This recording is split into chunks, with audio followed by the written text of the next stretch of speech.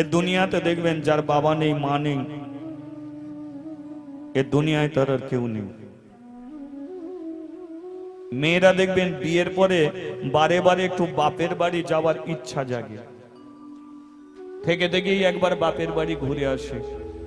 কিন্তু বলো, বাপের বাড়িতে বাবা মা যদি মরে যায়, বাপের বাড়ির ইচ্ছাটা তখন আর জাগে যে বাপের বাড়ি যাই? আচ্ছা, ওখানে সবাই আছে, দাদা আছে, বৌদি আছে, ভাইপো আছে, ভাইজি আছে, কাকা কাকিমা সবাই আছে, কিন্তু বাপের বাড়ি ইচ্ছাটা জীবন থেকে চলে যায়। কারণ বাবা মা মেয়ের জন্য যেটা করতো সেটা ওরা কেউ করবে না। মেয়ে যাবে শুনলেই মা সবার আগে আলমারি থেকে কাপড় বের করে রেখে দিত, বাবা সবার আগে বাজারে গিয়ে কিনে আনতো মেয়ে যেটা খেতে পছন্দ করত। বাবা বসিয়ে মেয়েকে খাওয়াতো, খামা খা খামা খা খামা খা। অনেক বাবা ভেবেছিল এই ছেলেটা ভালো হবে, কিন্তু যখন দেখলো ভালো নয়, সেই মেয়ে যখন বাপের বাড়ি আসে না, বাবা কোলের কাছে টেনে নিয়ে ভাত খাইয়ে দেয়, খাওয়া। বলতো আমি করেছি, পেট ভরে খাওয়া, পেট ভরে খা, সারাদিন খেটে খেটে ভালো করে খেতে পর্যন্ত পাইনি। জামাইকে বলবো 2-4 দিন এখানে থাকবে, থাকিস মা, যাসনি মা, ওখানে বড় কষ্ট। বাপের বাড়ি বাপ মা মরে গেলে তোমার জন্য কেউ আর কাঁদবে না, সবাই থাকবে, কিন্তু ওখানে এমন জায়গায় বাপের বাড়ি গেলে হয়তো 1 গ্লাস জল পর্যন্ত দেওয়ার মতো কেউ থাকবে না। সেই জন্য বাবা মা অমূল্য সম্পদ, ওরা যদি জীবন থেকে চলে যায় আর ফিরে পাবে। দাঁত থাকতে দাঁতের মর্ম যেমন বুঝি না, চলে গেলে বুঝতে পারবো, তত বাবা মা যতদিন আছে ততদিন অবহেলা অশ্রদ্ধা করে যাব, চলে গেলে জানতে পারবো অভাবটা কতটুকু পড়েছে। অনেকে দেখবেন বাবা মাকে ছেড়ে দিয়ে গয়া যাচ্ছে, কাশি যাচ্ছে, মথুরায় যাচ্ছে ভগবানকে পাবে বলে, 100% গ্যারান্টি কোনোদিন ওরা ভগবানকে পাবে না। আর ঘরের ভগবানকে সেবা যত্ন করলে তোমাকে গয়া কাশি মথুরায় কোনোদিন যেতে হবে না, কারণ ঘরেই দুটো জ্যান্ত ভগবান তোমার আছে, এক হলো বাবা, 2 হলো তোমার মা। মন্দিরে তোমার ভগবান, ঘরে আছে ভগবান। রাতের অন্ধকারে হসপিটালে নিয়ে ছুটেছিল তোমার ঘরের ভগবান, মন্দিরের ভগবান এসে কোনোদিন ওষুধ পর্যন্ত খাওয়ায়। তোমার মুসুরি খাটিয়ে দিয়েছে, নিজের বুকে স্তনদুগ্ধ দিয়ে তোমাদের পেট ভরিয়েছে, তোমাদের ঘরের ভগবান, মন্দিরের ভগবান কিছু করেন। গোপাল সেবা 3 টাইম ধরে গোপাল সেবা করছো, গোপালকে কাঁচর ঘন্টা বাজিয়ে বাজিয়ে কান ব্যথা করে দিচ্ছ, গোপাল তবু খায় না। আর ঘরের বুড়ো গোপালটা সকালবেলা কাজে বেরিয়েছিল, কেউ একটু মুড়ি জল পর্যন্ত দিতে গেল না, দুপুর বেলা স্নান করে বসে আছে, বৌমা তাকে দুটো কখন খেতে দেবে? খিদের জ্বালায় যদি বলে বৌমা আমাকে দুটো খেতে দাও না, বৌমা যদি বলে এখন গোপাল সেবা হলো নি, খালি খাই খাই খাই, বলো ওই বৌমার হাতে জীবনে কোনোদিন গোপাল খাবে না। সেই জন্য বলে আগে ঘরের ভগবানকে তাকিয়ে দেখো, ঘরের ভগবানকে যদি তুমি সেবা যত্ন করতে পারো, তোমাকে গয়া কাশী মথুরায় যেতে হবে না, ঘরে ভগবান চলে আসবে তোমার কাছে। সেই জন্য আজকে মাদ্রির বাবাও গেল, মাদ্রির মাও গেল, জমিদার এলো, আর জমিদার এসে কাশীর সবচেয়ে বড় শ্মশান, কাশীর সবচেয়ে বড় শ্মশান হলো মণিকুণ্ডের শ্মশান। যারা কাশীতে গেছে জানবেন মণিকুণ্ডের শ্মশান, যে শ্মশানের আজ পর্যন্ত চিতার আগুন নেবেনি, ওই শ্মশানকে সঙ্গে শিবজি আশীর্বাদ করে গেছে। শিবের স্ত্রী নাম হচ্ছে সতী, শিবের স্ত্রী হচ্ছে সতী, শিবের শ্বশুর হচ্ছে দক্ষরাজ। শিবকে বাদ দিয়ে একটা যজ্ঞ করেছিল, আর সেই যজ্ঞের নাম ছিল শিবহীন যজ্ঞ। শিব বিনা নিমন্ত্রণে সেই যজ্ঞে চলে গিয়েছিল, আর দক্ষরাজ অপমান করে যজ্ঞ থেকে বের করে দিয়েছিল। সতী স্বামীর অপমান সহ্য করতে না পেরে বাপের বাড়ি ছুটে গেল। দক্ষরাজকে বলল, বাবা আমার স্বামীকে অপমান করলে কেন? দক্ষরাজ বলেছিল, তোর স্বামী ভিখারি, তোর স্বামীকে আমি মানি না জামাই হিসেবে। সতী তাতে বলেছিল, আমার স্বামী ভিখারি, আমার স্বামী কোনোদিন একটা ভালো কাপড় কিনে দিতে পারে না, আমি ছেঁড়া কাপড় পরে ঘুরে বেড়াই, তবু ওই স্বামীকে পেয়ে আমার গর্বে বুকটা ভরে যায়। কেন জানো? কারণ আমার স্বামী গরিব হতে পারে, ভিখারি হতে পারে, কিন্তু এইটুকু জেনে রাখবে আমার স্বামী চোর নয়, চিটিংবাজ নয়, জুয়াখন নয়, সাট্টাখন নয়, মদখন নয়, গাঁজাখন নয়। আমার স্বামী একজন পরম হরি ভক্ত, আমার স্বামী একজন পরম কৃষ্ণ ভক্ত। হরি বল। যার ঘরে এমন কৃষ্ণ ভক্ত স্বামী থাকবে, সে বউ যদি ছেঁড়া কাপড় পরে ঘুরে বেড়ায়, তবু তার গর্বে বুকটা ভরে থাকবে, আমার স্বামী লোক ঠকায়নি গো, আমার স্বামী হরিনাম করে, কৃষ্ণ নাম করে। সেই স্বামীকে তুমি অপমান করেছো, তোমার যজ্ঞ আমি বন্ধ করে দেবো। সতী ছুটে গিয়ে অগ্নিকুণ্ডে ঝাঁপ দিয়ে দিল জীবিত অবস্থায়। শিব আট পোড়া সতীর দেহটাকে নিয়ে তাণ্ডব করতে শুরু করলো। সতীর মাংস যে সমস্ত জায়গায় পড়েছিল আজও পর্যন্ত তীর্থস্থান হয়ে আছে। সতীর নামে ভারতবর্ষের মাটিতে 51 পীঠ তীর্থস্থান আজও পর্যন্ত হয়ে আছে। বাকি অংশটা মণিকুণ্ডে শ্মশানে পোড়ানো হলো। সতীর মণিকুণ্ডে শ্মশানে পোড়ানো হলো। আর শিবজি আশীর্বাদ করে বলল, রে মণিকুণ্ডে শ্মশান, যে শ্মশানে আমার স্ত্রীর সদ্গতি হলো, এই শ্মশানকে আমি আশীর্বাদ করছি। এই শ্মশানে যে সমস্ত মৃত শরীর সদ্গতি হবে, তারা যতই পাপী হোক না কেন, আমার আশীর্বাদে তারা ভগবানের চরণ লাভ করবে, তারা ভগবানের চরণ পেয়ে। হরি বল, হরি বল। তাই আজও পর্যন্ত ওই মণিকুণ্ডের শ্মশানের চিতার আগুন কোনোদিন নেবে না। বহু দূর দূর থেকে মৃত শরীরকে নিয়ে গিয়ে ওই শ্মশানে পোড়ানো হয়, সদ্গতি করানো হয়, আর শিবের আশীর্বাদে তারা বৈকুণ্ঠে ফিরে যায়। আজকে পূজারী ব্রাহ্মণকে ওই মণিকুণ্ডের শ্মশানে সদ্গতি করছে। এখন মন্দিরে পূজা করবে কে?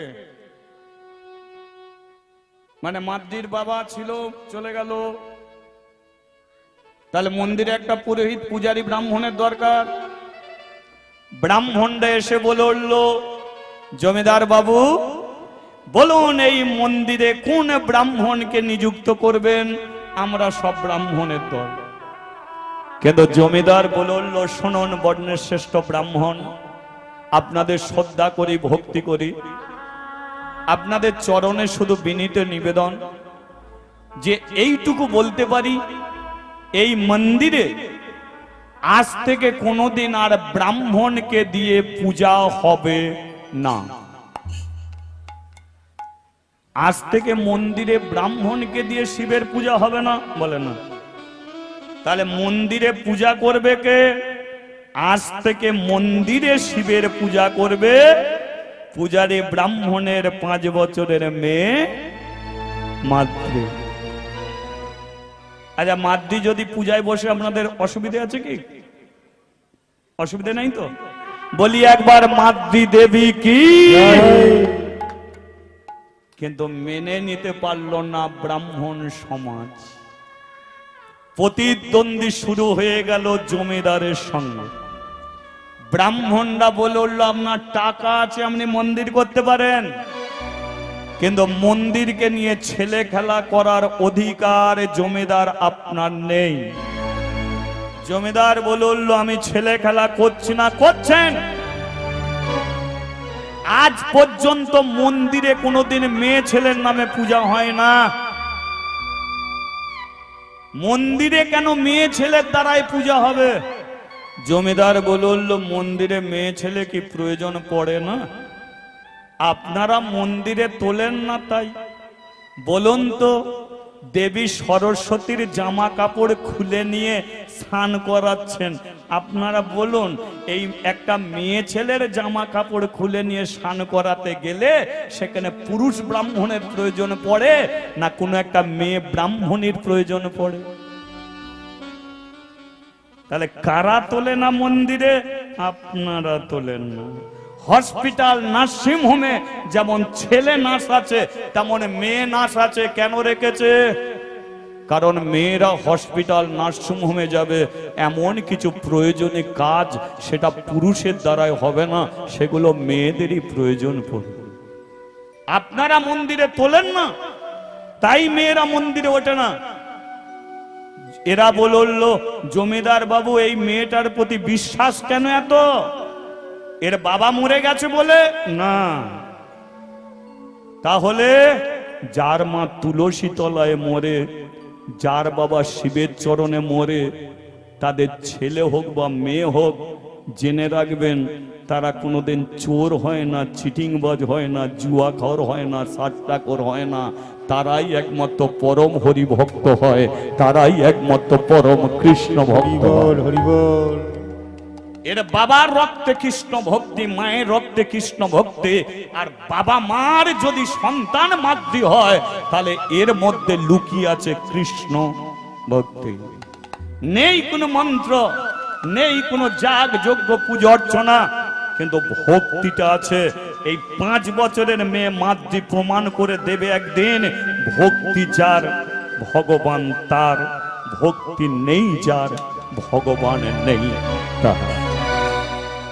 ব্রাহ্মণরা বলল মেয়েরা অসুচি, জমিদার বলল মেয়েরাই সবচেয়ে বেশি সূচি, মেয়েরাই সবচেয়ে বেশি সূচি। প্রমাণ কি বলুন?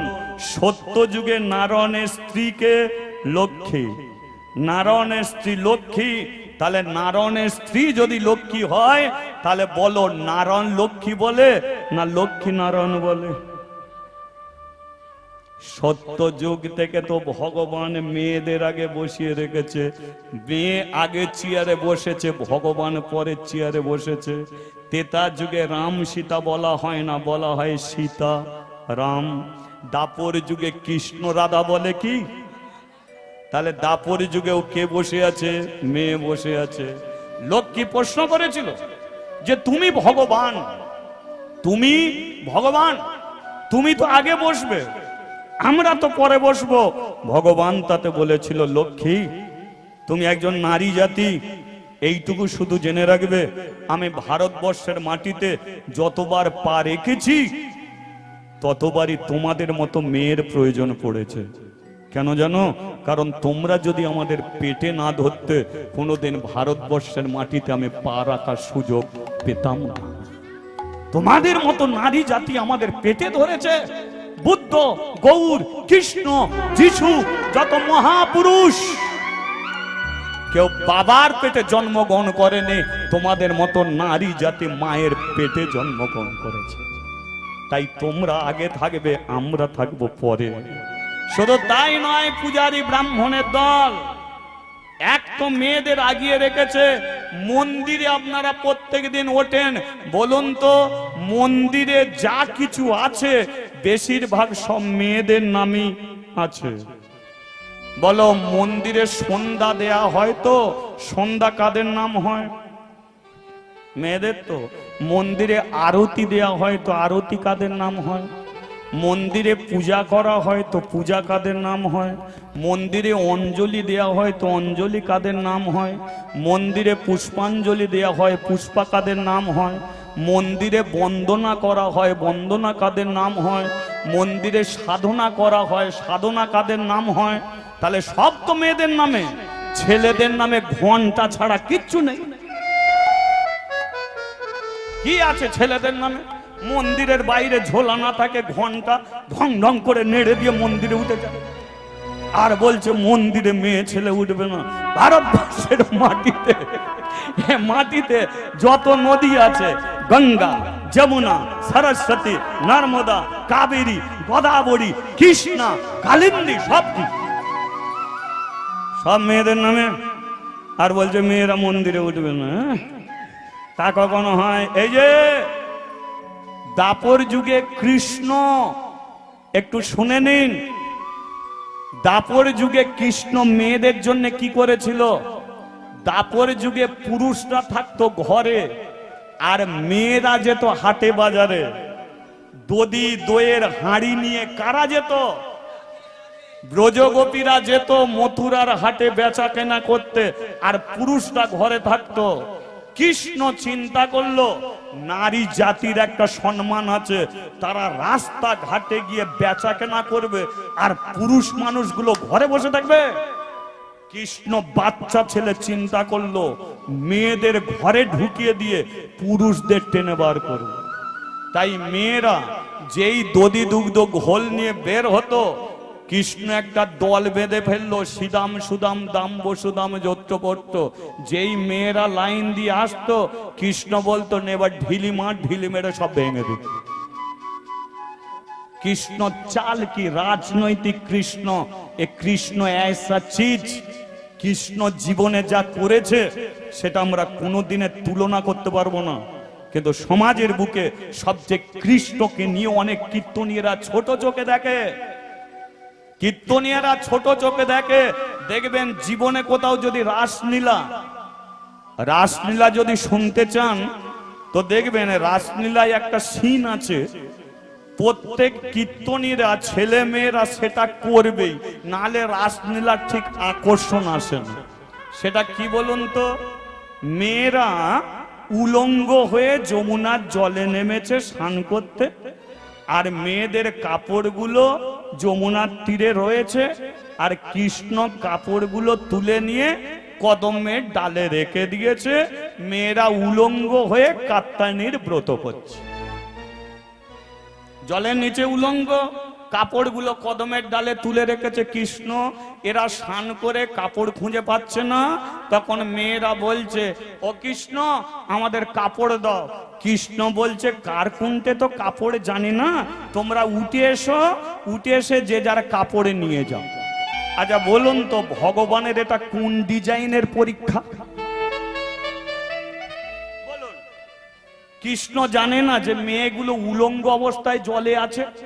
কৃষ্ণ বলতে পারে তোমরা একে একে উঠে এসে কাপড় নিয়ে যাও? কৃষ্ণ পরীক্ষা করতে চাইছে না কি এর দ্বারাই ভগবান কি করতে চাইছে একটু বুঝিয়ে। কিন্তু এটা না করলে রাস জমবে না। তাই 30 বছর এই পথে আমি আছি, জীবনে কোনোদিন রাস বলে আমি কিছু জানি না, কারণ না জানাটাই জীবনে ভালো। এই সব আকর্ষণ গুলোকে টেনে আনছে, কৃষ্ণকে এত নিচে নামিয়ে দিচ্ছে।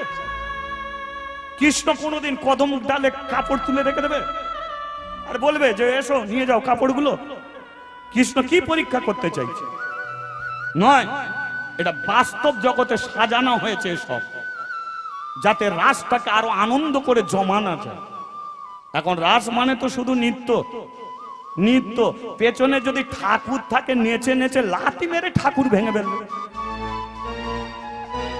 এমন নাচে। তা যেটা বলছিলাম শুনুন, কৃষ্ণ ছোটবেলা থেকে কি করলো? ঢিলি মারতো, বেচা কেনা করতে যেত না। পুরুষ মানুষগুলো রেগে যেত, পুরুষ মানুষগুলো বলতো ওদের বাড়িতে যা, ওর মাকে গিয়ে নালিশ জানা। যশোদার কাছে এসে বলতো তোর ছেলে দেখ আমাদের সব হাঁড়ি টাড়ি ভেঙে দিচ্ছে, তোর ছেলেকে সাবধান কর। বলে এরা বললো কি সাবধান করব বল না, ওতে এরম ছেলে, তোরা এক কাজ কর না, তোরা একটু লুকিয়ে রাখতে পারিস না? বলে কোথা লুকিয়ে রাখবো? বলে তোরা ওই শিকেতে ঝুলিয়ে রেখে দিবে।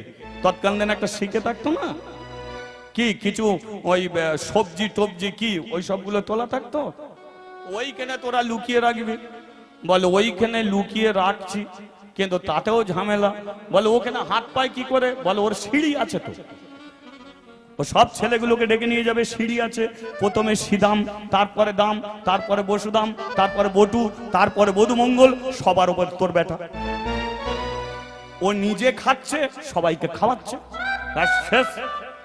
যশোদা বলছে একদিন ছেলেকে ঠকাতে পারিস না? বলে কি করে ঠকাবো? বলে শিকেতে শুধু হাঁড়ি রাখবি, আর কিছু রাখবি না। বলে ও করে দেখেছি, তাতে কি হলো? বলে কিছু না পেয়ে পেচ্ছাপ করে দিয়ে চলে এলো।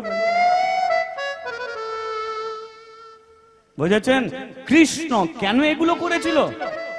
পুরুষ মানুষগুলো রেগে গেল যে তোরা গেলেই খালি হাঁড়ি কলসি ভেঙে দেয়, আজ থেকে তোরা ঘরে থাকবি, আমরা যাচ্ছি, থাক তোরা ঘরে, আমরা যাচ্ছি।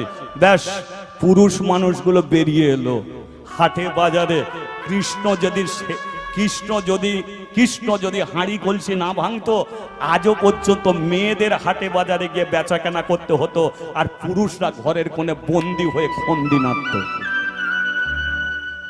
কৃষ্ণ এটা করেছে বলি আজকে আমরা সমাজের বুকে পুরুষ মানুষ ঘুরে ঘুরে পরিশ্রম করে, নারী জাতি ঘরে থাকে। আর তোমরা বলছো নারী জাতি মন্দিরে উঠবে না, চলায় মাদ্রি, চলায় মাদ্রিকে নিয়ে মন্দিরে তুলেছে। জমিদার বলল, শোন, এই আসনে বসে তোর বাবা পূজা করত, এই আসন তোকে আমি দিয়ে যাচ্ছি, এই আসনে বসবি, প্রদীপ জ্বালতে হবে না, ধূপ জ্বালতে হবে না, শুধু একটা কথা বলে দিচ্ছি, মন্দিরের চাতালে বসে হরি নাম করবি। হরি নাম যদি করার মতো করতে পারিস, তাহলে একদিন তুই শিবজির দেখা পাবিই পাবি। ওই ব্রাহ্মণদের প্রমাণ করে দিবি ভক্তি একমাত্র শ্রেষ্ঠ। আর কোনোদিন মন্দিরে আসা হবে কি না হবে জানি না, কিন্তু কথা দে, এই মন্দিরকে তুই রক্ষা করবি, দে কথা দে। মাদ্রি বলে উঠল, জমিদার বাবু, আমি আপনার চরণ ছুঁয়ে কথা দিচ্ছি, যতদিন আমি বাঁচবো রক্তর কোনা বিন্দু দিয়ে হলো এ মন্দিরকে আমি রক্ষা করব, আমি কথা দিলাম। ব্যাস, জমিদার মন্দির ছেড়ে চলে গেল, মন্দিরে বসে গেল কে? মাদ্রি।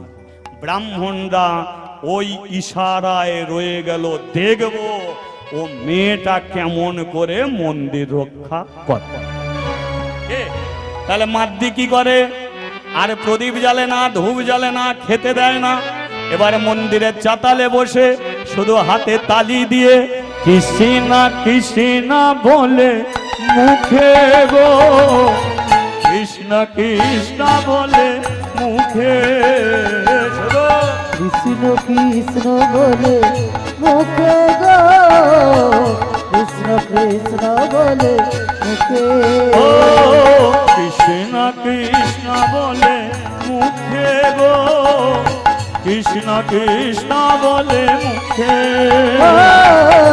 কৃষ্ণ কৃষ্ণ বলে মুখে গো, কৃষ্ণ কৃষ্ণ বলে মুখে, নামে বুক ভরে যায় অভাব মেটায়, বুক ভরে যায় অভাব মেটায়, বুক ভরে যায় অভাব মেটায়, বুক ভরে যায় অভাব মেটায়, স্বভাব জাগায় মহা সুখে গো, স্বভাব জাগায় মহা সুখে, নামে বুকি ভরে যায় অভাব মেটায়, বুকি ভরে যায় অভাব মেটায়, স্বভাব জাগায় মহা সুখে গো, স্বভাব জাগায় মহা সুখে। ও কৃষ্ণ, ও কৃষ্ণ। একটু কৃষ্ণর সঙ্গে কানেকশন জুড়ুন, তালে তালে সবাই মিলে তালি।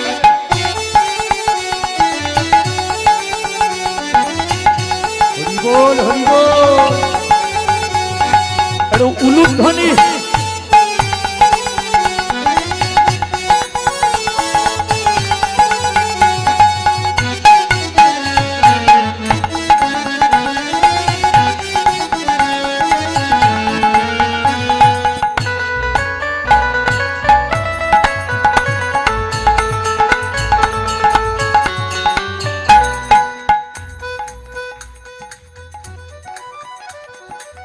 হরিদিন বন্ধু জগতের বন্ধু, হরিদিন বন্ধু জগতের বন্ধু, হরিদিন বন্ধু জগতের বন্ধু, হরি দিন বন্ধু জগতের বন্ধু, জীবের করুণা মেলে লোকে।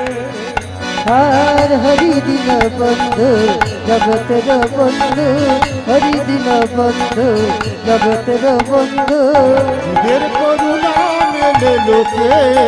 এ যে দিনময় হরি এসেছে নদিয়া পুরী, দিনময় হরি এসেছে নদিয়া পুরী, রাধার প্রীতি লয়ে বুকে। রাধে রাধে বল বল বল কৃষ্ণ কৃষ্ণ বল, রাধে রাধে বল বল বল কৃষ্ণ কৃষ্ণ বল, রাধে রাধে বল বল বল কৃষ্ণ কৃষ্ণ বল, রাধে রাধে বল বল বল কৃষ্ণ কৃষ্ণ বল, রাধে রাধে বল বল বল কৃষ্ণ কৃষ্ণ বল, রাধে রাধে বল বল বল উলু দিয়ে বল, রাধে রাধে বল বল বল কৃষ্ণ কৃষ্ণ বল, রাধে রাধে বল বল বল কৃষ্ণ কৃষ্ণ বল, ও রাধে রাধে বল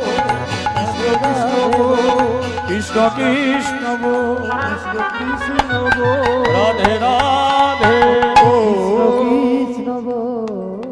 একদিন মাদ্রি বলে উঠলো আমি যদি মরে যাই তাহলে মন্দির কি রক্ষা করবে, তাই শিবজি আমাকে এমন একটা কিছু দাও আমি মরে যাওয়ার পরে সে যেন মন্দির রক্ষা করতে পারে। যেই বলেছে এ সাদা মনে কাদা নেই, আর শিবে ভোলে ভালা মন, তারও ভোলে ভালা মন, সেও বলে উঠলো ও মাদ্রি তুই চাইছিস, ঠিক আছে তুই যেটা চাইছিস তোকে দিলাম। যেই বলেছে দিলাম, পাশে ছিল অন্নপূর্ণা, উঠে দাঁড়িয়েছে, কি করলে?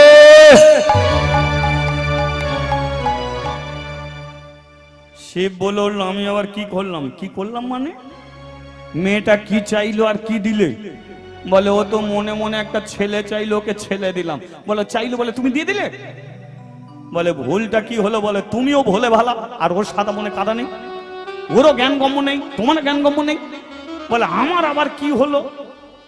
মেয়েটা শাঁখা আছে না, সিঁদুর আছে না, মেয়েটার স্বামী আছে না, তাহলে যার শাঁখা নেই, সিঁদুর নেই, স্বামী নেই, একটা কুমারী মেয়ের পেটে যদি বাচ্চা এসে যায়, সমাজের মানুষ আর মাদ্রিকে মেনে নেবে তো? মন্দিরে কেউ দ্বিতীয় দিন আর আসবে তো? তদ্রূপ যেটা দিয়েছে ওটা ফিরিয়ে নাও। শিব বলল দিয়ে ফেলেছি, ফেরাবার রাস্তা নেই, ভাগ্যে ডবল করে দিইনি। বলে ডবল বলা যাই বলো, যেটা দিয়েছো ফিরিয়ে নাও। শিব বলে ফেরাতে পারবো না। অন্নপূর্ণা বলে উঠলো তাহলে শোনো, তুমি যেমন মাদ্রিকে ভালোবাসো তেমন আমিও ভালোবাসি।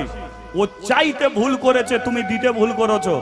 দোষী তোমরা দুজনই, দোষী তোমরা দুজনই। তোমার দোষকে তুমি স্বীকার করে ওর কাছ থেকে ফিরিয়ে নাও। শিব বলে উঠলো আজকে নয় কালকে। অন্নপূর্ণা বলে উঠলো কাল কাল করে সর্বনাশ করে ফেলবে। লঙ্কেশ্বর রাবণ স্বর্গের সিঁড়ি বেঁধে ফেলতে পারতো, শুধু কাল কাল করে লঙ্কার মাটিতে মরে গেল, তবু তো সিঁড়ি বাঁধা হলো না। তদ্রূপ আজই করো, তুমি ভোলে বেলা ভুলে যাবে, আমি তোমাকে বারবার বলতে আসবো না। শিব বলে উঠলো আচ্ছা ঠিক আছে, দেখো না যা হচ্ছে একটু শোনো না, দিয়ে ফেলেছে, আমার মনে রাখবো মনে রাখবো মনে রাখবো। অন্নপূর্ণা বলে উঠলো তবে আমি বলে দিচ্ছি শোনো, তোমারও শেষ কথা আমারও শেষ কথা। আমি তোমাকে বলছি ওকে সন্তান দিও না, সমাজ মানুষ মানবে না, কিন্তু তুমি বলছো দিয়ে ফেলেছি, ফেরানো যাবে না, ঠিক আছে?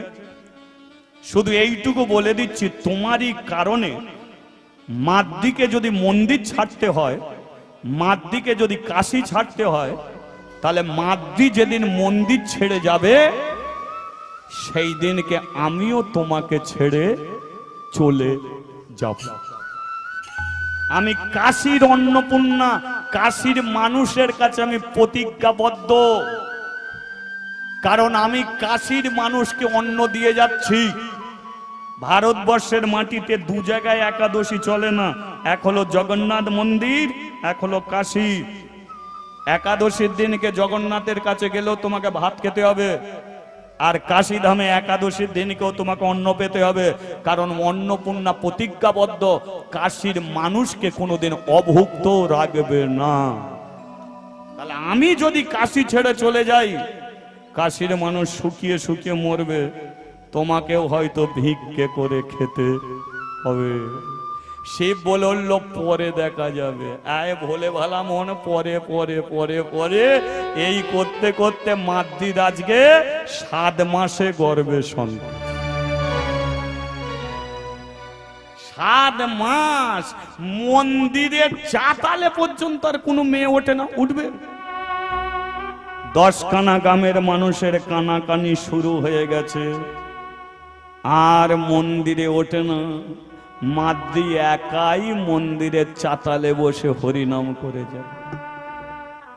সংবাদে চলে গেল ব্রাহ্মণদের কানে, আর ব্রাহ্মণরা গিয়ে নালিশ জানালো জমিদারের কাছে। জমিদার লাঠির ওপরে ভর দিতে দিতে 15 বছর পরে ফিরে এলো আবার কাশীর মন্দিরে। মন্দিরের নিচে, সিঁড়ির নিচে পা দিয়ে ডেকে উঠল, মাদ্রি, ও মা মাদ্রি।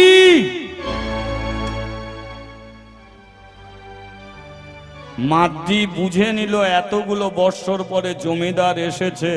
মাদ্রি মন্দিরের চাতালে দাঁড়িয়েছে, আর জমিদার সিঁড়ির নিচ থেকে পাটা তুলতে গিয়ে মাদ্রিকে দেখে চমকে উঠেছে। ব্রাহ্মণরা বলল, ওই আপনার মাদ্রি। মন্দিরকে যাকে রক্ষা করতে দিয়েছিলেন, আজকে সেই মাদ্রি মন্দিরকে এত পাপে ভরিয়ে দিয়েছে যে হাজার হাজার কলসি গঙ্গার জল ঢাললেও আপনার মন্দির আর পবিত্র হবে। আপনি কি খোঁজ খবর রেখেছেন যে এই মন্দিরে কোন তীর্থ যাত্রী এসে বসে না? আপনি মন্দিরে আসেন না, আমরা জেনেছি তাই ডেকে নিয়ে এসেছে। এটা হিন্দু সনাতন ধর্মের মন্দির। আগেই বলেছিলাম টাকা থাকলে মন্দির বানানো যায়, কিন্তু মন্দিরকে রক্ষা করতে গেলে আমাদের মতো ব্রাহ্মণের প্রয়োজন হয়। আপনি মাদ্রিকে বসালেন, আর আপনার মাদ্রি আপনি বলেছিলেন ওর মধ্যে কৃষ্ণ ভক্তি, এখন দেখুন রক্তে শুধু পাপ ছাড়া আর কিছু নেই। জমিদার আস্তে আস্তে মন্দিরে উঠেছে, আর মন্দিরে উঠে মাদ্রিকে নিয়ে বসিয়েছে সেই বাবার আসনে। বস, আমার চোখের দিকে তাকা, চোখের দিকে তাকা, বল যাহা বলিব সত্য বলিব, সত্য ছাড়া মিথ্যা বলিব না। মাদ্রি বলে উঠল, যাহা বলিব সত্য বলিব, সত্য ছাড়া মিথ্যা বলিব না। বল, মন্দির তোকে আমি রক্ষা করতে বলেছিলাম? হ্যাঁ। মন্দির তুই রক্ষা করে যাচ্ছিস? হ্যাঁ। মন্দির যদি তুই রক্ষা করে যাস তো তাহলে তোর গর্ভের সন্তানটা কার? জমিদার বাবু, আমি একদিন শিবের চরণে বসে বললাম, শিবজি এ মন্দির 1000 বছর থাকবে, কিন্তু আমি থাকবো না। তাই শিবজি আমাকে এমন কিছু দাও, আমি মরে যাওয়ার পরে সে যেন মন্দির রক্ষা করে। কারণ আপনি কোনোদিন মন্দিরে ব্রাহ্মণকে তুলবেন না, তাহলে আপনি মন্দিরে কাকে রাখবেন? আমাকে রেখেছেন। তাই আমি শিবের চরণে প্রার্থনা করেছি, শিবজি আমাকে সন্তান দিয়েছে, আমি মরে যাওয়ার পরে আমার ছেলে হোক বা মেয়ে হোক, সেই মন্দিরে বসে আপনার মন্দির রক্ষা করবে। সত্য তুই যেটা বললি এটা সত্য, কিন্তু এইটুকু বলতো, শিবজি কৃপা করেছে ঠিকই, কিন্তু নারী পুরুষের মিলন না হলে কোনো গর্ভের সন্তান আসে না। তাহলে তুই কোনো পুরুষ মানুষের সঙ্গে মিলন করে তোর গর্ভের সন্তান এনেছিস। এ মন্দিরে কোনো আদর খাওয়ার জায়গা নেই, এ মন্দিরে কোনো প্রেম করার জায়গা নেই, এ মন্দিরে কোনোদিন স্বামী স্ত্রীর মতো মিলন করার জায়গা নেই। তাহলে তুই এটা করেছিস। জমিদার বাবু, গঙ্গা জল যেমন পবিত্র, তেমন গঙ্গা জলের মতো আমি পবিত্র। আমি জীবনে কোনোদিন কারো প্রতি আমি দৃষ্টি রাখিনি। আমার দুটো চোখ শিবের চরণে। আমি মন্দির ছাড়া জানি না, মন্দির ছাড়া চিনি না। মন্দিরই আমার জীবন, মন্দিরই আমার প্রাণ। শিবের চরণে সঁপে দিয়েছি আমার জীবন যৌবন। আমি হলাম একজন সন্ন্যাসিনী, আমি একজন শিবের দাসী। আপনি আমাকে বিশ্বাস করুন, আমি বিশ্বাস করব কেন? ব্রাহ্মণরা নালিশ নিয়ে এসেছে, তো শিবজিকে বল, শিবজিকে বল, শিবজি যদি তোকে সন্তান দিয়ে থাকে, ব্রাহ্মণরা নিয়ে এসেছে নালিশ, তো শিব ব্রাহ্মণদের কাছে গিয়ে বলুক, তো শিবজি ব্রাহ্মণদের কাছে গিয়ে বলুক যে সন্তানটা শিবজি দিয়েছে তোকে, শিবের কৃপায় তোর গর্ভে সন্তান, কোন পুরুষ মানুষের সঙ্গে মিলন তোর নেই, বলুক। বলবে আমার শিবজি বলবে, মাদ্রি গিয়ে শিবের চরণে পড়েছে, চোখের জলে কাঁদছে। অন্নপূর্ণা বলে উঠল, কি গো, কি গো, আমি তোমাকে বলেছিলাম যে মাদ্রির জীবনে এমন একটা দুর্ঘটনা ঘটবে, তাই প্রথম দিনকে তোমাকে আমি নিষেধ করেছিলাম।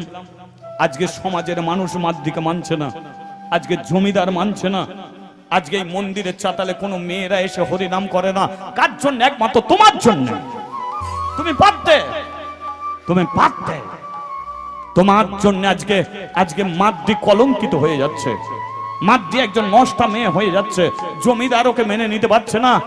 যাও ব্রাহ্মণের কাছে গিয়ে বলো। কিন্তু শিবজি বলল, অন্নপূর্ণা, হাজার বার মাদ্রি আমার চোখ, আমার চরণে চোখের জলে কাঁদলো, আমি মাদ্রির হয়ে ব্রাহ্মণের কাছে সাক্ষী দিতে যাব না। অন্নপূর্ণা বলল, হেসে নাও, হেসে নাও, তুমি যদি সাক্ষী না দাও জমিদার মাদ্রিকে মন্দিরে রাখবে না, কিন্তু আমিও বলে রেখেছিলাম মাদ্রি যদি মন্দির ছেড়ে যায় আমিও তোমার কাছে থাকবো না। কথাটা তুমিও স্মরণে রেখো। শিবজি বলল, চলে যাও না, আমার কিছু যায় আসে না, যাও, দুজনেই যাও, এ কাশীর মন্দিরে আমি একা থাকবো, তবু আমি মাদ্রির কাছে যাব না।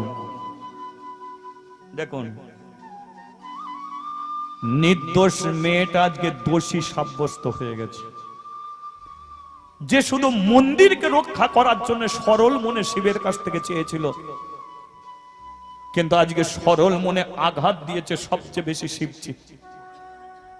মাদ্রি শিবের চরণ তলে বসে বলল, জীবনে কোনোদিন তোমার কাছ থেকে আর চাইবো না, কিন্তু তুমি জানো এই সন্তানটা তুমি আমাকে দিয়েছ, আজকে তুমি যদি মূর্তি রূপে আজও যদি বসে থাকো তাহলে জমিদার আমাকে মন্দির ছাড়া করে দেবে, তোমার চাতালে বসে কেউ আর হরিনাম করতে আসবে না, তাই সত্যিটা বলো না, আর কোনোদিন জীবনে কোনোদিন কিছু চাইবো।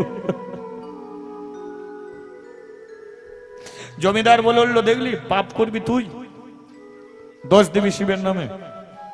ও মূর্তি, ওর হাত আছে হাত নড়ে না, চোখ আছে চাকের পাতা পড়ে না, কান আছে কানে শুনতে পাবে না, দোষ তো তুই করেছিস, বেরিয়ে আয়।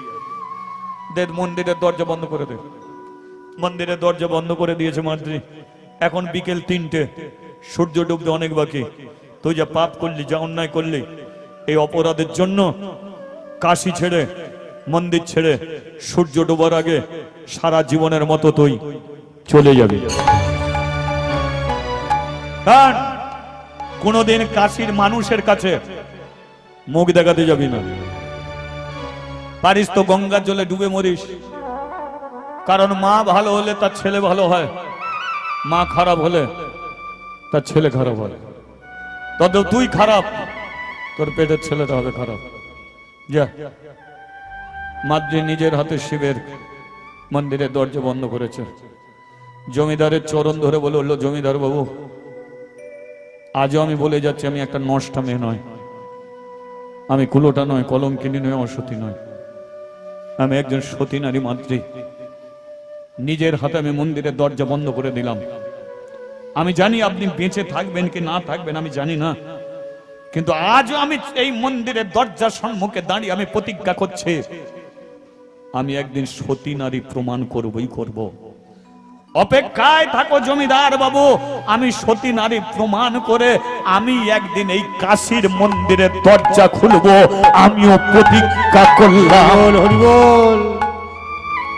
ব্যাস, কাশী মন্দিরের এক পা রাখতে রাখতে রাখতে রাখতে মন্দির ছেড়ে চলে যায়, কিন্তু যাবে কোথায়, কার কাছে যাবে?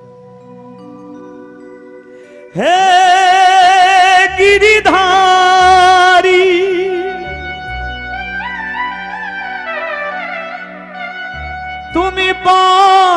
বিহারি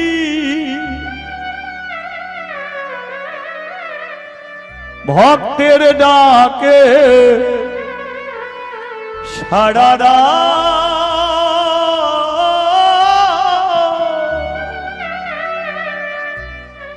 আর না প্রভু ঘুম হে গিরিধারী ওই চলেছে মাতৃ তুমি বাকি বিহারী ভক্তির ডাকে সারদা আর না প্রভু ঘুমা কেহ নাহি যা তুমি আছো তাই তো ডাকি গো তোমার দয়াল কেহু নাহি যা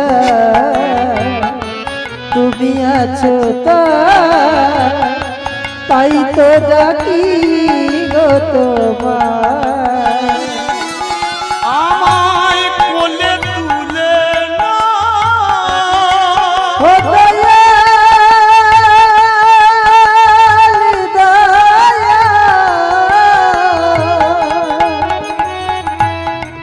আমায় কাছে টেনে না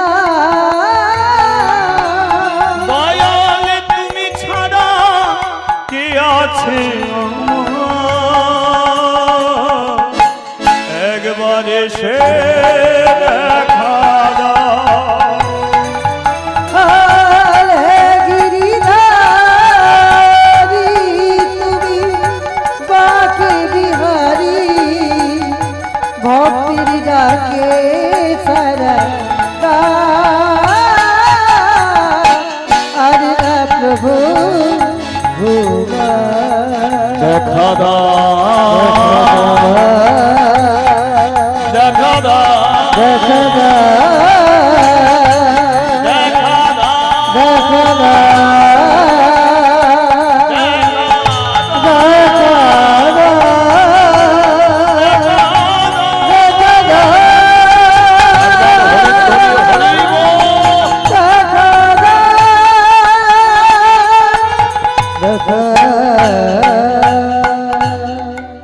আচ্ছা একটা প্রশ্ন আপনাদের কাছে তুলে ধরি মাদ্রি তো নির্দোষ ঠিক তো সে তো কোনো দোষ করেনি তাহলে তাকে ঠকিয়েছে কে শিব তাহলে শিব কেন কাশি ছাড়া করলো শিব কেন মাদ্রিকে মন্দির ছাড়া করলো এরও ভেতরে একটা কারণ আছে কারণটা যদি শুনতে চান তাহলে বলবো নাহলে আমি বন্ধ করে দেবো আমার সময় হয়ে গেছে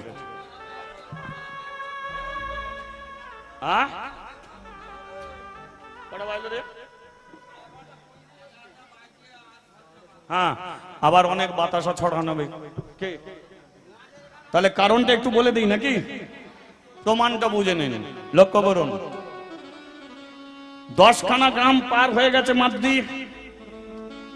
কিন্তু একদিন জীবনে মাদ্রির পূবের গগনে একটা নতুন সূর্য উঠে গেল পূবের গগনে তার জীবনে একটা নতুন সূর্য উঠল হঠাৎ মাদ্রি শুনতে পেল যে কতগুলো মেয়ে একত্রিত হয়েছে আর কতগুলো মেয়ে একত্রিত হয়ে তারা বলা বলি করছে যে তারা পায়ে হেঁটে বৃন্দাবনে গিয়ে বঙ্কু বিহারী কৃষ্ণকে দর্শন করবে কিসে পায়ে হেঁটে বাঁকে বিহারী কৃষ্ণকে দর্শন করবে মাদ্রি কি করেছে যেই এটা জানতে পেরেছে মাদ্রি চিন্তা করলো আমার তো নির্দিষ্ট কোনো যাওয়ার রাস্তা নেই তাহলে আমি যদি একবার এদের সঙ্গ ধরতে পারি তাহলে তো এদের সঙ্গে আমি বৃন্দাবনেও চলে যেতে পারি তাই তো মাদ্রি গিয়ে তাদের ঘরে ধরেছে এই দিদি দিদি দিদি রে এ দিদি এ কে তুই আমি মাদ্রি মাদ্রি তোর দেখে তো মনে হচ্ছে 7 মাসে গর্ভের সন্তান হ্যাঁ যাক ওর তোর ব্যাপার কিন্তু ডাকলি কেন তোরা কোথায় যাবি বৃন্দাবন যাব আমাকে সঙ্গে করে নিবি ঠিক আছে, আমাকে সঙ্গে করে নিবি, আমাকে নে না, সঙ্গে করে নে না। বলে বললো, দেখ তীর্থযাত্রী গেলে কেউ যদি সঙ্গ চায় তাকে নিয়ে যেতে পারে, তোকে আমরা নিয়ে যেতে পারি, কিন্তু তোর 7 মাসে গর্ভে সন্তান, বাকি আছে আর 3 মাস, আমাদের যেতে লাগবে 3 মাস। কারণ এখন তো ট্রেনে যাচ্ছে, ট্রামে যাচ্ছে, প্লেনে যাচ্ছে, কিন্তু তখন তো পায়ে হেঁটে, তাহলে ওখান থেকে 3 মাস পায়ে হেঁটে যাবে। আর তোর প্রসব হতে, ছেলে প্রসব হতে লাগবে 3 মাস। তোকে সঙ্গে করে নিলাম, ধর কাছাকাছি পৌঁছেও গেলাম, এমন সময় তোর প্রসবের যন্ত্রণা উঠলো, তখন কি তোকে ফেলে আমরা কি আর বৃন্দাবনে যেতে পারবো? বলতো তখন কি করব? মাদ্রি বলল, আমি আমার পেটের ছেলেকে হাত দিয়ে কথা দিলাম, আমাকে সঙ্গে করে নে, যেইখানে আমার প্রসবের যন্ত্রণা উঠবে, যেইখানে আমার প্রসবের ব্যথা উঠবে, সেইখানেই আমাকে ছেড়ে দিয়ে তোরা চলে যাবি, আমি তোদের পথের কাঁটা হব না। পেটের ছেলেকে হাত দিয়ে আমি কথা দিলাম, কারণ আমি জানি রাধারানীর কৃপা হলে তবে বৃন্দাবন দর্শন হয়। রাধারানী তোদের কৃপা করলে তোরা বৃন্দাবন যাবি, আমার যদি কৃপা করে তাহলে বৃন্দাবনে গিয়ে আমার ছেলের আমি জন্ম দেব। আর কৃপা যদি না হয়, রাস্তার মাঝখানে আমি রয়ে যাব, তোরা চলে যাবে, তোদের ঘরে আমি বাঁধা দেব না। যাত্রীগুলো বলল, তাহলে কি রে, একে নিয়ে যাবে তো? নিয়ে যাবে তো, সঙ্গে নিয়ে যাবে? আপনারা কি বলছেন, সঙ্গে নিয়ে যাক না? চলো একটু বৃন্দাবনে যাই নাকি? বলিয়ে বৃন্দাবন ধাম কি, ও রাখাল রাজা। চলো, অনেকক্ষণ শুনছেন, একটু ভজন করতে করতে, একটা ভজন করতে করতে যাই। হ্যাঁ, ঠিক আছে। বলে দে রে কোথায় বৃন্দাবন, শ্যাম কুণ্ড, রাধা কুণ্ড, গিরি গোবর্ধন তালে রাখালি রাজা বলে দে রে কোথায় বৃন্দাবন,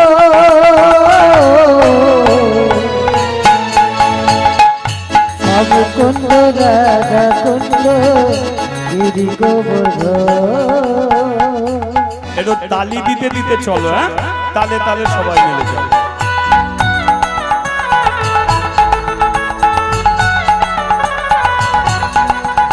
একটু উলুধ্বনি, উলুধ্বনি।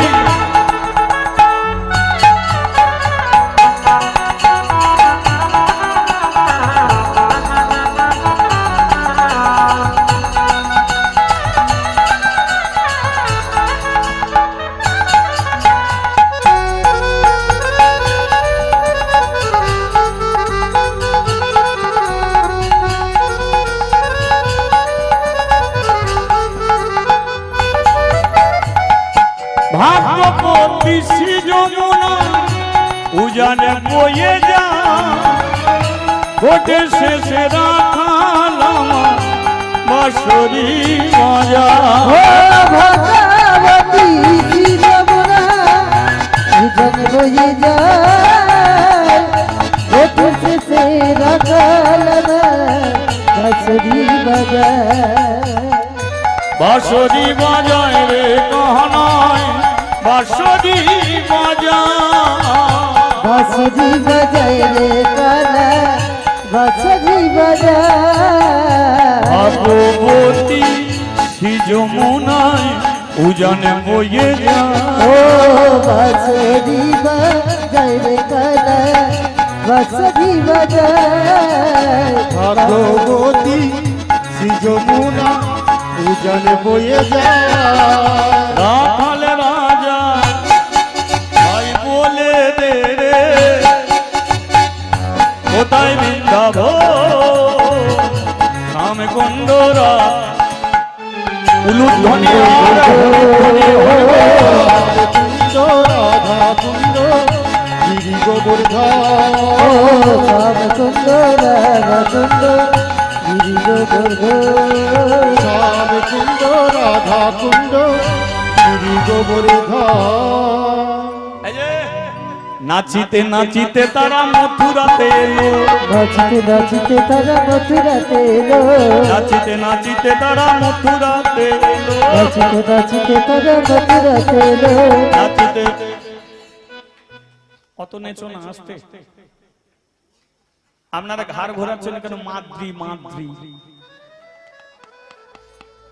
মাদ্রি এত নেচে নেচে যাচ্ছে, এটা কমবে রে বাবু। মাদ্রি এমন নেচে নেচে যাচ্ছে, পেছনে তীর্থযাত্রীরা বলে উঠলো, দেখেছিস ওর পেটের ছেলে আর থাকবে, ও তো পড়ে যাবে। কারণ মাদ্রি কি চাইছে? যে ছেলেকে বাঁচাতে পারো ভগবান, মারতে পারো ভগবান, তাহলে ছেলে বাঁচবে কি না বাঁচবে সেটা তার ব্যাপার, আমি কৃষ্ণ নামে নেচে নেচে যাব। এটাই তো ভক্তি, তাই না? নাচিতে নাচিতে মাদ্রি মথুরাতে, নাচিতে নাচিতে মাটি মথুরাতে এলো, নাচিতে নাচিতে মাটি মথুরাতে এলো। আরে ভক্তগণ সবাই মিলে হরি হরি বলো, ভক্তগণ সবাই মিলে হরি হরি বলো, ভক্তগণ সবাই মিলে হরি হরি বলো। নেচে নেচে চলেছে, নেচে নেচে চলেছে, নেচে নেচে চলেছে, নেচে নেচে চলেছে, কৃষ্ণ দেখা পাবে বলে, নেচে নেচে চলেছে, কৃষ্ণ দেখা পাবে বলে, নেচে নেচে চলেছে।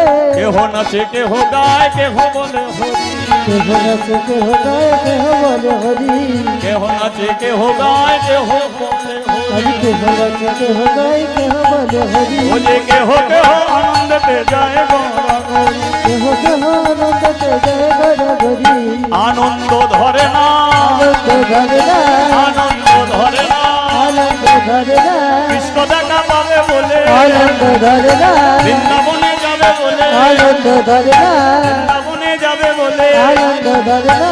নাচিতে নাচিতে তারা মথুরাতে এলো, নাচিতে নাচিতে তারা মথুরাতে এলো, নাচিতে নাচিতে তারা মথুরাতে এলো। নাচিতে নাচিতে তারা মথুরাতে এলো। বলি একবার মথুরা ধাম কি, কি চমৎকার লীলা দেখুন। 80 দিন ধরে পথ চলেছে, মথুরা থেকে বৃন্দাবন 13 কিলোমিটার, ঠিক আছে? ওই যে বাঁকে বিহারী মন্দির হচ্ছে 13 কিলোমিটার। এরা আসতে পারে, এরা মথুরায় চলে এসেছে। মাদ্রি বলল, দেখলি তোরা আমাকে সঙ্গে নিবি না বলছিলিস, কি আজকে এই তো চলে এসেছি মথুরায়, বাকি আছে আর 10 দিন বাকি আছে। আরে 10 দিন কেন,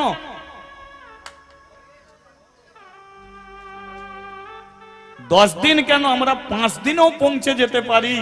হ্যাঁ, মাদ্রি বলল, দেখ আমি কাশি মানুষের কাছে নষ্টা মেয়ে, কলঙ্কিনী কুলোটা, কিন্তু একদিকে আমি বড় ভাগ্যবতী মেয়ে, সেই জন্য আমার ছেলের জন্ম আমি বৃন্দাবনে দেবো, কত আনন্দ আমার। এরা বলল, সত্যি মাদ্রি, সত্যি সত্যি সত্যি। মানে যেতে যেতে মাদ্রির জীবনের ঘটনাগুলো সব তো বলেছে। তীর্থযাত্রীরা তত মাদ্রিকে ভালোবেসে ফেলেছে।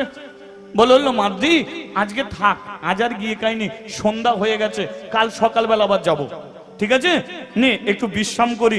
মাদ্রি বলল, আমারও আর শরীর বইছে না, কারণ এরা খালি পায়ে যাচ্ছে, খালি হেঁটে যাচ্ছে, কিন্তু মাদ্রির গর্ভের সন্তান, মাদ্রির পা গুলো ফেটে রক্ত ঝরছে। মাদ্রি বলল, দেখ না আমার পা গুলো ফেটে রক্ত ঝরছে, যাক আমার কষ্ট হোক, হ্যাঁ কাল সকালবেলা আবার যাবো, এখন চ একটু ঘুমিয়ে পড়ি। সম্মুখে একটা গুহা ছিল, গুহাতে গিয়ে সবাই মিলে শুয়ে পড়েছে, কিন্তু কার কপালে কি লেখা আছে আগে জানতে পারে কে? তুমি মনে ভাবছো আমি এই করব, ওই করব, সেই করব, তোমার কপালে কি আছে তুমি জানো না। তারপর মাদ্রির কত আশা, আমি বৃন্দাবনে ছেলের জন্ম দেবো, কিন্তু ওই রাত্রিতে মাদ্রি ডাকছে, দিদি ও দিদি, দিদি ওর না, কেন কি হয়েছে? আমার খুব পেটের যন্ত্রণা করছে। এরা বলল, তোর পেটের যন্ত্রণা নয় রে মাদ্রি, এটা তোর প্রসবের যন্ত্রণা। প্রথম ছেলের মা হতে চলেছিস তো, তাই কোনটে পেটের যন্ত্রণা কোনটে প্রসবের যন্ত্রণা তুই বুঝিস না, তোর সন্তান এবার ভূমিষ্ঠ হবে। মাদ্রি বলল, তাহলে আমি বৃন্দাবনে সেটা পরের কথা। এই ওট সব ওট ওট। তীর্থযাত্রী যারা গিয়েছিল তাদের ঘরে সবাইকে ডেকে ডেকে তুলেছে। এই এখন কি করবি বল, এখন কি করবি? তীর্থযাত্রীদের মধ্যে অনেকে তো আছে, একজন বলে উঠলো কি আর করব, ওর পেটের ছেলের কোনো জ্ঞানগম্য আছে? পেটে ধৈর্য ধরে পড়েছিল আর 10টা দিন সহ্য হলো নি, বেরোবার জন্য ছটফটানি শুরু হয়ে গেছে। কি করবো কি বল? ও তো কথা দিয়েছিল যে যখনই প্রসবের যন্ত্রণা উঠবে তখনই ছেড়ে দেবে। মাদ্রি বলে উঠলো আমি ছেড়েই দেবো, ছেড়েই দেবো। সকালবেলা হলে তোরা সবাই মিলে চলে যাবি, আমার কাছে তোদের কাছে কাউকে থাকতে হবে না। তোরাও তো 80 দিন চলে এসেছিস, তোরাও তো বলছিস আর 4-5 দিন গেলে বৃন্দাবনে পৌঁছে যাবি। এত কাছে থেকেও আমি তোদের বাধা দেব না গো। ও দিদি, সকালবেলা হলে চলে যাস, আমাকে একাকে ছেড়ে দিস, আমি গুহাতে একাই থাকবো। সকালবেলা হলো, তীর্থযাত্রীরা মাদ্রিকে ছেড়ে দিয়ে সবাই চলে গেল। মাদ্রি গুহাতে একা বসে আছে। কাকে জানাবে তার জীবনের কষ্ট, কাকে জানাবে তার জীবনের দুঃখ, কাকে জানাবে? মাদ্রি নিজের পেটে হাত দিয়ে বলল বাছা, পারতিস আর 4-5 দিন অপেক্ষা করতে পারতিস, তুইও বেরুবি বলে ছটফট করতে লেগে গেলি। তুই যদি থাকতিস আর কিছুদিন, আমি ওদের সঙ্গে বৃন্দাবনে চলে যেতে পারতাম। এখন আমি বুঝতে পারছি, জানিস আমার জীবনে কেন এত কষ্ট, কেন এত দুঃখ জানিস? আমার মা মরে গেছে, বাবাকে পেয়েছিলাম। বাবা মরে গেল, মন্দির পেয়েছিলাম। কিন্তু যেদিন তোকে আমি পেটে ধরলাম সেদিন থেকে জীবনে শুধু কষ্ট পেলাম, দুঃখ পেলাম। তোকে পেটে ধরলাম যেদিন থেকে সেদিন কি আমার কপালে কষ্ট। তোকে পেটে ধরলাম বলি জমিদার আজকে আমাকে মন্দির ছাড়া করে দিল, ব্রাহ্মণরা আমাকে কাশি ছাড়া করে দিল। তোরই জন্য সমাজের কাছে আমি নষ্টা মেয়ে, আমি কুলোটা, আমি কলঙ্কিনী, আমি অসতী, তোরই জন্য। তোকে যদি আমি পেটে না ধরতাম তাহলে আমি মন্দিরেই থাকতে পারতাম। কিন্তু তোকে পেটে ধরেছিলাম আমার জন্য নয়, আমি বউ রান্না ভাত খাবো বলে নয়, তোকে ধরেছিলাম মন্দিরটাকে রক্ষা করার জন্য। কিন্তু জীবনে আমার কথা কেউ বুঝলো না। যেদিন থেকে পেটে ধরলাম সেদিন থেকে আমি লোকের কাছ থেকে শুধু লাঞ্ছনা গঞ্জনাই পেয়ে গেলাম। শান্তির রাস্তা একটা পেয়েছিলাম আমার তীর্থযাত্রীদের, তারাও আজকে আমাকে ছেড়ে চলে গেল। কার জন্য? যা হয়েছে সব তোর জন্য। তোকেই আমি বাঁচিয়ে রাখবো না, তোকে পেটিয়ে আমি মেরে ফেলবো। মরে যা, মরে যা। জোর করে পেটে মেরে ওই গুহার মধ্যে মাতৃ একটা ছেলে প্রসব করেছে। ওটা ছেলে না মেয়ে, মাতৃ ফিরেও তাকায়নি। মর, মরে যাই তোর ভালো। কারণ তোকে নিয়ে আমি মানুষ করব, সমাজের চোখে বলবো ওই দেখ একটা নষ্টা মেয়ে ছেলে। সমাজে তুইও বাঁচতে পারবি না, তোর পিতৃ পরিচয় আমি কারো কাছে দিতে পারবো না। মরে যা তোর ভালো। ছেলেটাকে ফেলে রেখে মাদ্রি গুহা থেকে বেরিয়েছে, শরীর দিয়ে টপ টপ করে রক্ত পড়ছে। পেটে ভালো করে কাপড় বেঁধেছে, আর কাপড় বেঁধে মাদ্রি বৃন্দাবনের দিকে যাচ্ছে। ওরা তো বলে গেছে যে 4-5 দিন হলে বৃন্দাবনে পৌঁছে যাব, তাহলে আমিও বৃন্দাবনে চলে যাব। 2 দিন হেঁটেছে, কিন্তু আর শরীরে বইছে না, পা ফেলতে পারছে না, হামাগুড়ি দিচ্ছে। হাঁটু দুটো যেই ফেলেছে হাঁটুগুলো ছিঁড়ে রক্ত ঝরছে, হাঁটুও ফেলতে পারছে না, শুয়ে শুয়ে যাচ্ছে। গন্ডি দিতে দিতে দিতে দিতে মন্দিরে বাঁকে বিহারি মন্দিরে গিয়ে পৌঁছেছে মাদ্রি। কিন্তু ওটার আর শক্তি নেই, হামাগুড়ি দিতে দিতে শুয়ে শুয়ে মন্দিরের সিঁড়ির নিচে গিয়ে চুপটি করে বসে আছে। যে কাপড় পরেছিল সেটা রক্তে ভিজে গেছে, শরীরের মাংসগুলো কেটে ঝুলছে। কোন রকমে মাদ্রি শুধু বেঁচে আছে, শুধু প্রাণটা আছে। ওটা তার কোনো শক্তি নেই। সবাই মাকে বিহারীকে দর্শন করে জয়ধ্বনি করতে করতে মন্দির ছেড়ে চলে যাচ্ছে। সকাল থেকে দুপুর, দুপুর থেকে রাত সন্ধে, সন্ধে থেকে গভীর রাত্রি। মন্দিরের সন্ধে আরতি হলো, পূজারী ব্রাহ্মণ মাকে বিহারীকে সেবা দিল। এক সময় মন্দিরের দরজা বন্ধ করে চলে গেল। ওই বাঁকি বিহারী মন্দিরের সিঁড়ির নিচেতে মাদ্রি চুপটি করে বসে আছে। একবার চোখ মিলে তাকালো, দেখতে পেল ওপরে আকাশ, তারাগুলো মিটমিট করে জ্বলছে, দু চোখ দিয়ে জল টোপে টোপে পড়ছে। আজকে আমার কেউ সাথী না, কোন পৃথিবীর মানুষ আমাকে দেখতে পাচ্ছে না, কিন্তু ওপরের তারাগুলো তো আমাকে দেখতে পাচ্ছে।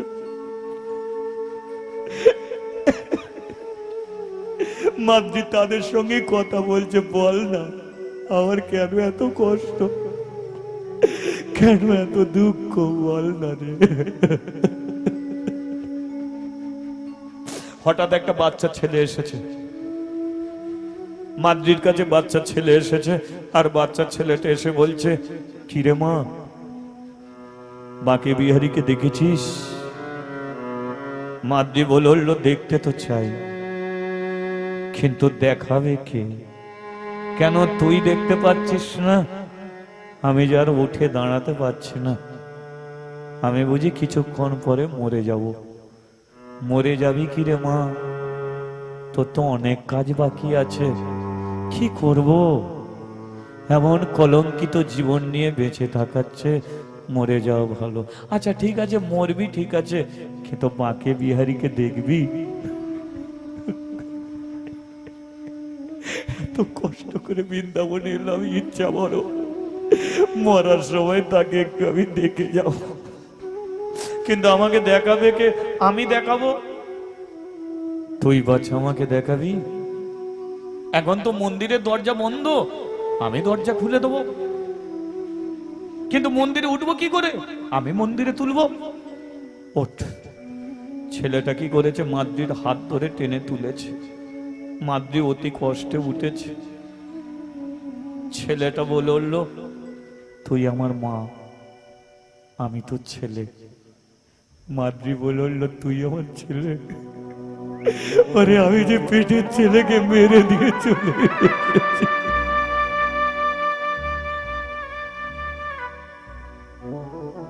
নে আমাকে জড়িয়ে ধর।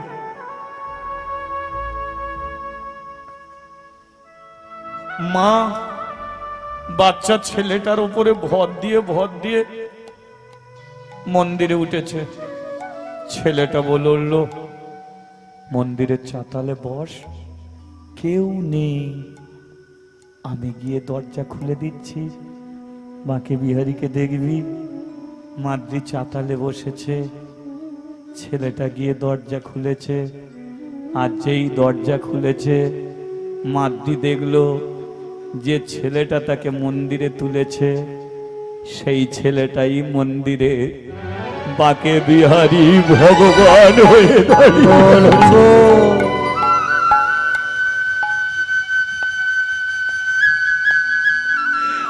আমি পেয়ে হারালো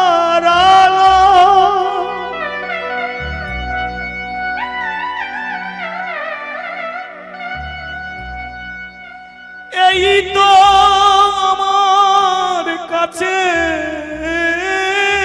ছিলে,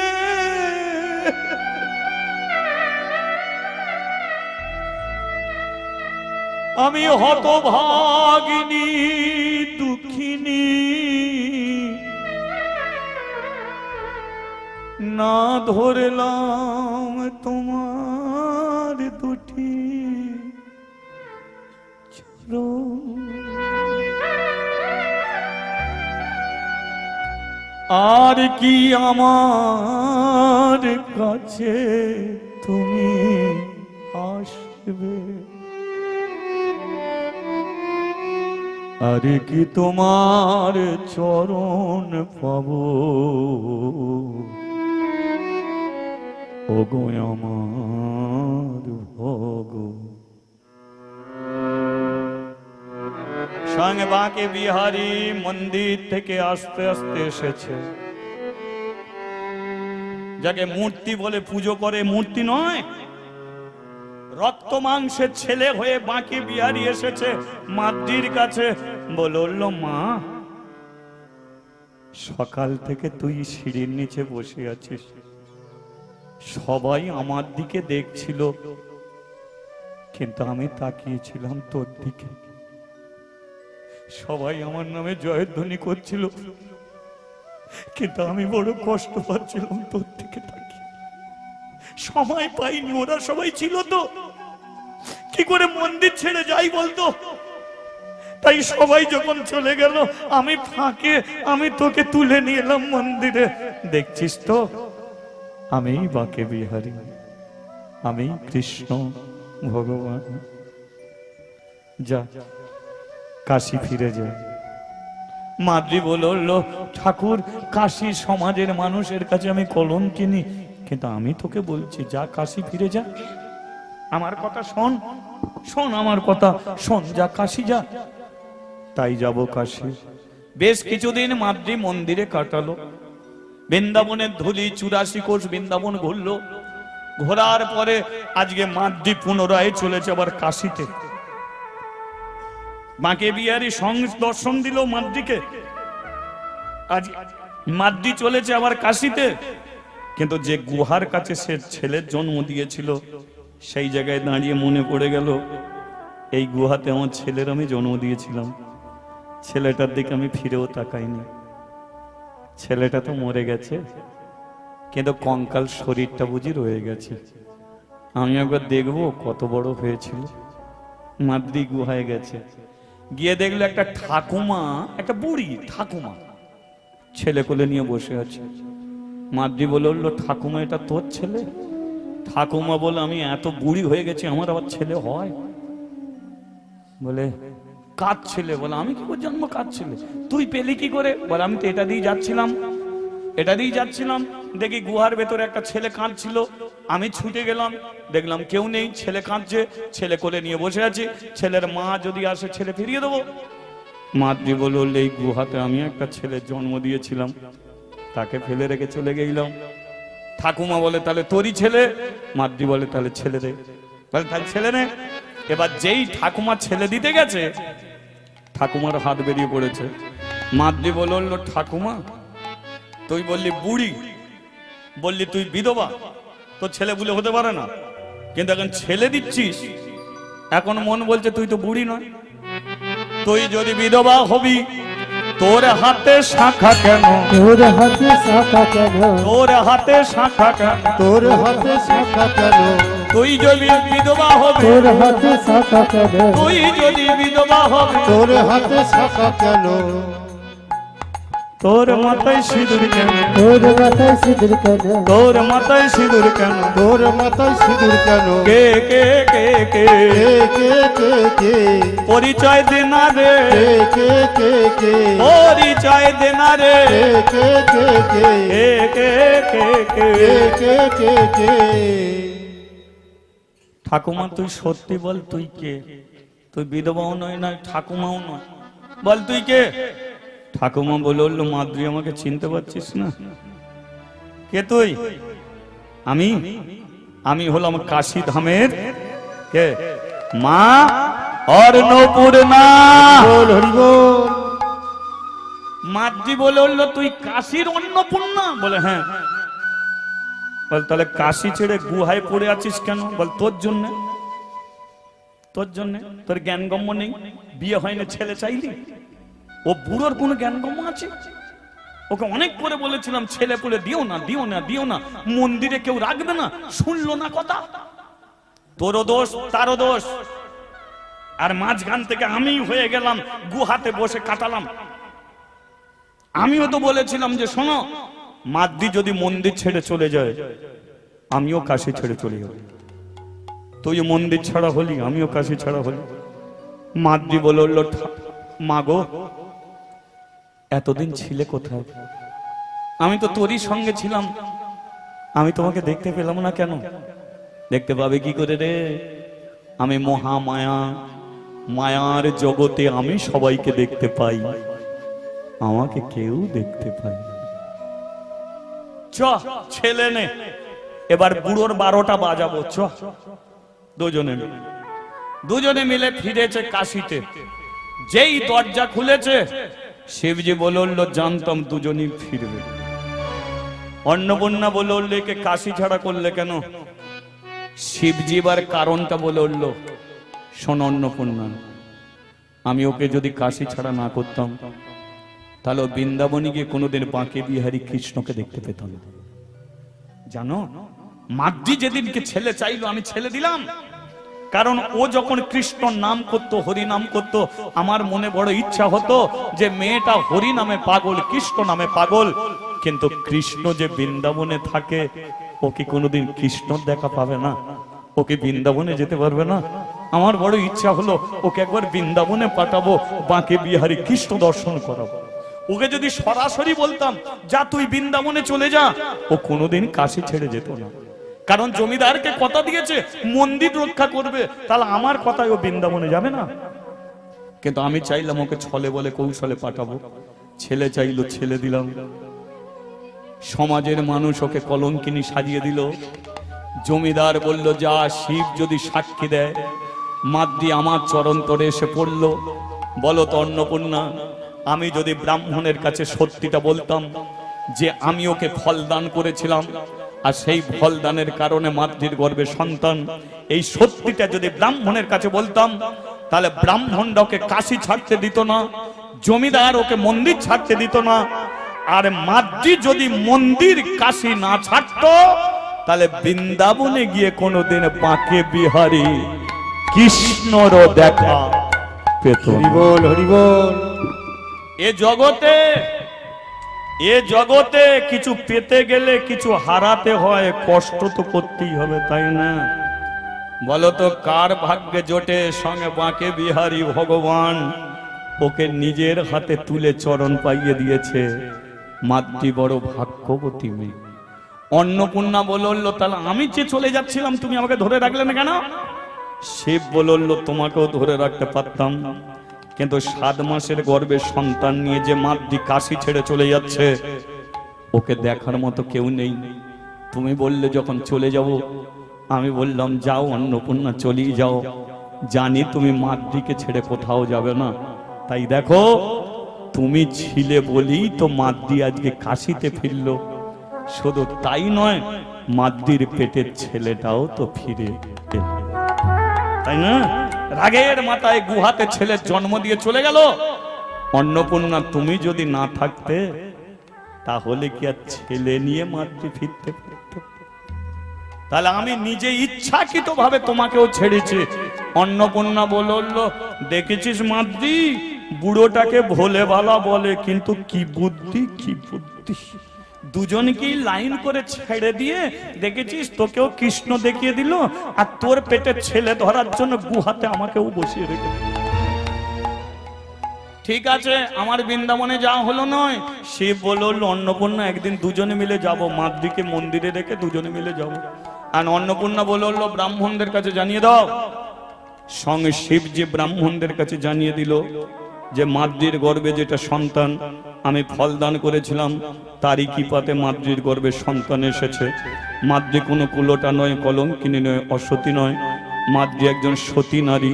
শুধু সতী নয়, এ হলো ভারতের এক সাধিকা, কৃষ্ণ প্রেমময়ী সতী নারী মাতৃ। এই মাতৃ ছেলেটা বড় হতে ছেলেটাকে মন্দিরে দিয়ে মাতৃ সমগ্র ভারত ঘুরেছিল সন্ন্যাসী হয়ে, আর প্রচার করেছিল ভক্তিতে ভগবান, ভক্তি যার ভগবান তার। জমিদার মারা গেল, মাতৃ প্রমাণ করে দিল ভক্তিতে ভগবান। ব্রাহ্মণরা বলল মাতৃ তোমার যেমন ভক্তি আমাদের তেমন মন্ত্র। মন্ত্রেরও একটা শক্তি আছে, ভক্তিরও শক্তি আছে। কিন্তু তুমি প্রমাণ করে দিলে এ জগতে মন্ত্র তন্ত্র যাগ যজ্ঞ পুজো অর্চনা সব কিছুই থাকবে, কিন্তু ভগবানকে পেতে গেলে তোমার মতো হাতে তালি দিয়ে ভক্তি করে হরিনাম করলেই ভগবানের দর্শন পাওয়া। তাই ভক্তিতে ভগবান, সতী নারী মাত্র। কে জয় নেতাই, আজকে আমরা এই লীলা সৎসঙ্গে শুনলাম। আবার কোনোদিন কৃপা হলে আপনাদের কাছে আসবো। আপনারা ভালো থাকবেন, সবাইকে ভালো রাখবেন। সেই গুরু নেতাই গৌরী প্রেমানন্দে হরি বল।